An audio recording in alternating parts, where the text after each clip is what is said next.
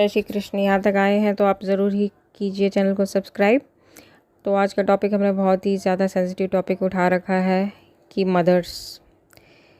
Mother's किस तरीके से जो है अपने चाइल्ड की अपब्रिंगिंग पे असर डाल देती है ना।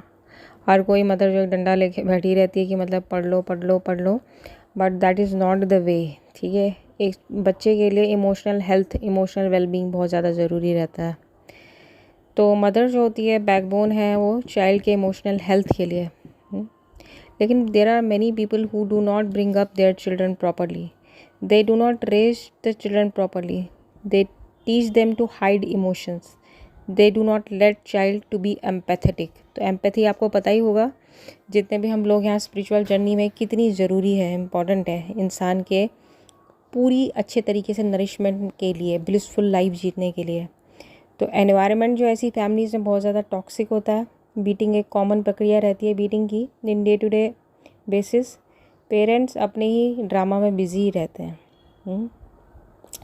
तो चाइल्ड का इमोशनल हेल्थ जो है वो नेगलेक्ट कर जाते हैं। The only way he feels he can get attention is through manipulation and control. It's what he sees his parents doing. तो इसी टॉक्सिक एनवायरनमेंट में वो चाइल्ड को रेज करते हैं जहाँ पे वो सिर्फ मैनिपुलेशन एंड कंट्रोल टैक्टिक्स ही रहती हैं। इस फैमिली में there is no warmth in the family and the environment is quite toxic.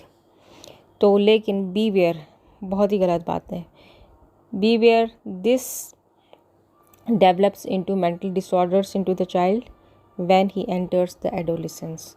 तो ये कई सारी जो है मेंटल डिसऑर्डर्स को जन्म देता है जब वो बच्चा परिपक्व हो जाता है। तो उसको समझ नहीं आता मेरे को अपनी रिलेशंस को कैसे हैंडल करना है, वो भी सेम की सेम वही नीतियाँ अपनाने लग जाता है और अपने जीवन को जो है हेल बना देता है। So don't neglect the emotional wellbeing of the child, that should be the priority, very very important. जय श्री कृष्ण। पॉजिटिव रहिए, खुश रहिए।